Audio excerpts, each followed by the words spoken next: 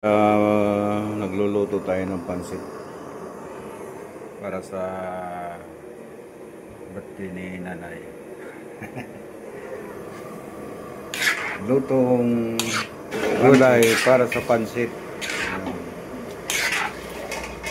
Mag-prepare tayo ng luto para sa preparasyon ang kawali ng birthday ni nanay.